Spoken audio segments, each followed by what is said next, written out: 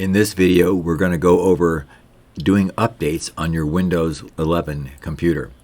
We're going to start at the Start button, and we're going to choose the Settings.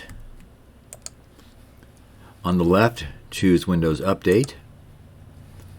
Even though it says you're up to date, don't believe it.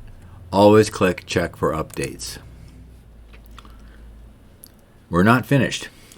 Now we go to Advanced Options below, and we're going to look to see if there are any other updates available, and here they are. So we click on Optional Updates. We have a cumulative update, which, by the way, these cumulative updates are big. They can take a long time, 10 plus minutes sometimes.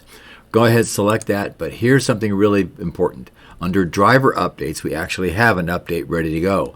You need to click on it to open that to see what's going on, so you can then select and download that driver update as well. Those driver updates include some very, very important things like motherboard updates and BIOS updates. So make sure that you check everything that's there. We're going to go ahead here now and click Download and Install.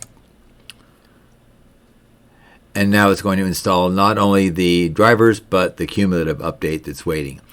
Don't rely on Windows Update to automatically do all of the updates for you. That seldom happens.